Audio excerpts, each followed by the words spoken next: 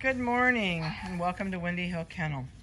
So it's going to be a little noisy this morning. We're down here at the kennel and this is Penny's kids. So this is their first time out here like this without mom, and they're going to be a little bit inquisitive. They're going to lay and eat grass for a little bit, I think, and they'll slowly wander out here. They're doing really good. They're getting so pretty. I love the waves and curls coming in their coats, and I love the color. In fact, I wish I was still able to get Roy back for next litter. I love this color. I have weights. Vanessa did some weights for me. These guys are 4 weeks and 4 days old today. This one had ventured on out over here. And they're doing real. Oh, there goes the tail. It goes, oh, hi, who are you? So they've never been out here and seen the toys, so the toys are new to them. And the longer they're out here, the more ambitiously exploring they will get. There's our little Burmese mountain dog. I just think it's so cute. This one looks like a little Burmese mountain dog puppy. They're doing good. They're eating dry dog food. They are playing a lot. And they're getting around really, really good. So they're not too far from becoming little wild people, that's for sure. So I thought it would be fun to see this video this time outdoors, and then next week to watch the changes on how these guys change. It's their first experience in the grass like this, so it's neat to watch how they. This one says this is pretty cool. I'm gonna lay here and roll in it. I think it's neat how they all act differently to new situations, but they're super they're not timid. They're very much outgoing, because a lot of puppies, if you put them down like this and with no mom around, they're like scared to move. They're scared to do anything. This one's eating grass. She says, get this out of my mouth. Shaking her head to get it out. But the rest of them are exploring and chewing on things and finding out what things are, and I think that's cool like this. So while they're being calm, I'm going to give you microchip numbers and collar colors. I don't know if we can find collar colors or not, but we'll try. So the yellow collared female is 3 pounds 7 ounces. 8343 is her microchip number. The red collared male is 8338. He is 4 pounds 4 ounces. And the neon pink collared female is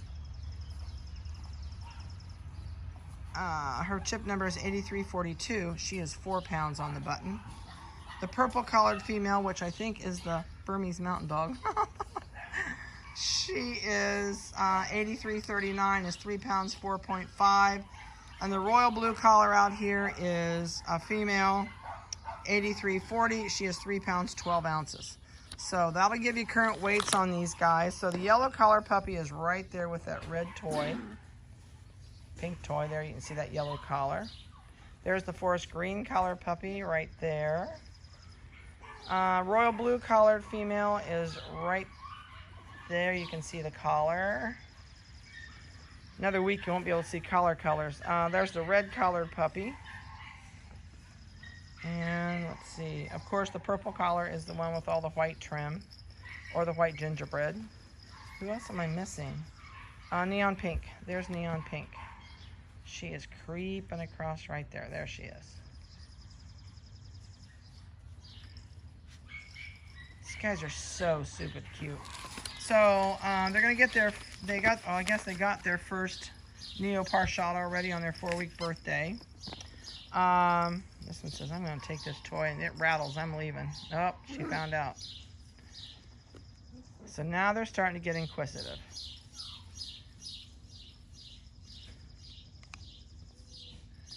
Says, this is kind of cool. I can get out and try new things out here. And of course they're going to spread out all across here, where you're going to have to keep track of all of them. So they're still with mom. They're still down here in the kennel. They will come to the house with us when they're 6 weeks old. And they're going to get a bath today. So today is the day they're going to hit the tub again. With this many puppies in a litter, even though they've got a big kennel, somebody still lays in puppy poop, or they lay in urine, And so we like to give them a weekly bath. And we do it in an all-natural, excuse me, got a frog in my throat. We do it in an all-natural puppy shampoo that's called Puppy Tears. And it is probably the best shampoo I've ever found. It's our favorite, I should say. There may be other shampoos out there that are just as good. But for an all-natural shampoo, it's 60% concentrated. It's tearless. There's no sodium and no detergent. So you can bathe them. You could do them daily for 4 days in a row if you wanted to. You're not going to hurt their coat. You're not going to dry their skin out. There's nothing in it to dry their skin out. So now they're going to wrestle.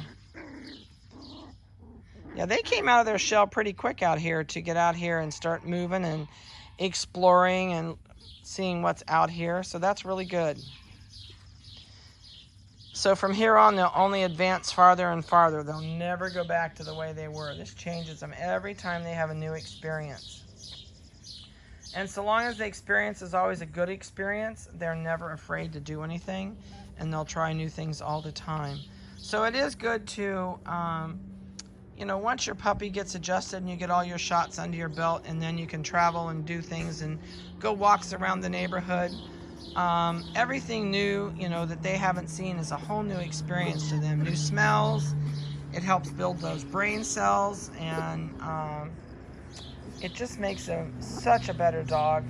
And especially if you can do it in a calm fashion to where they're not. This one says, I'm taking this one with me. I think that's the forest green collar.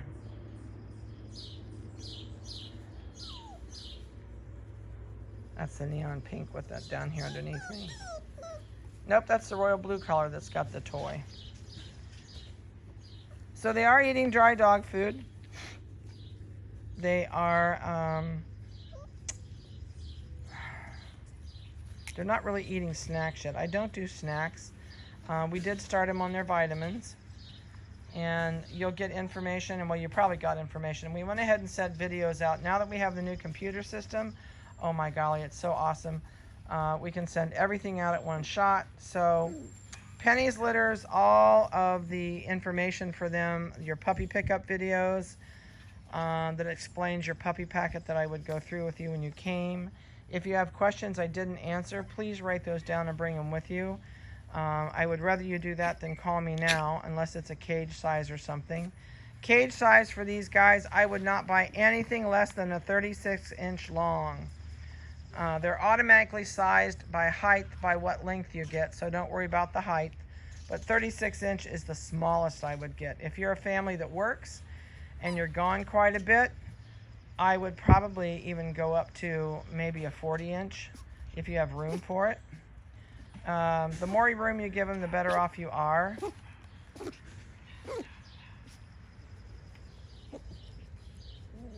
That way, if you are gone and there's newspaper in there, they can go to the back of the kennel and go to the potty.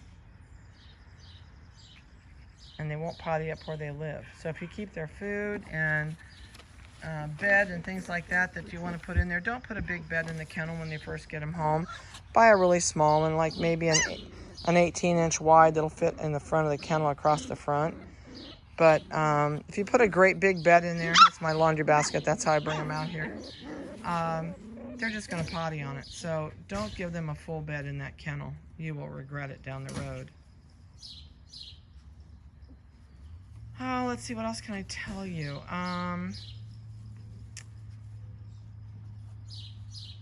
My mind's blank this morning. It's been a long weekend. So, as we get into the training with these guys farther, once they come to the house, we're going to work on no bark, no bite, no lick. And those will be the main things that we really work on when they're up there. I don't work on potty training. They do that automatically in the house. They go to the back of their kennel to go to the potty, and they don't potty in the front.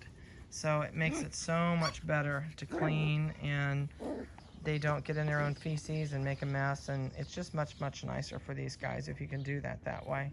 This one says, I think I can get up there. They might be just a little too small yet to climb up on these, but it gives them something new to look at and new to do.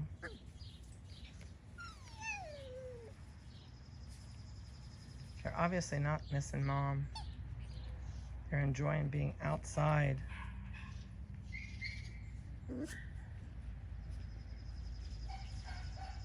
A couple people have asked me about cleaning their teeth when they get them home. I don't brush anybody's teeth. I don't think God meant me to brush dog teeth. So you can give your dog hard things to chew. If you stay away from canned dog food, which you should never feed at all, you should never feed a soft food. They need something hard and crunchy. That's what their teeth are made for. They're made for, in the wild, they would catch a bunny or a bird or whatever they could get a hold of and actually eat it and crunch it up. So those teeth are really strong, and so are their jaws. So I use a lot of bones, a lot of raw bones, and rib bones are really good. Shank bones are good. Shank bones, they actually clean their back teeth with.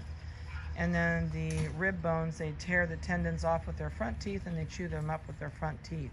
So those will keep your teeth cleaner than anything you're going to really do for them. People buy a lot of milk bones, things like that. I don't do that. And the things that are called greenies that look like toothbrushes, that's just a marketing tool. Those will just chew up and eat like a snack, so they really don't do a whole lot of good for your teeth. But hard things that they can really grind their teeth on.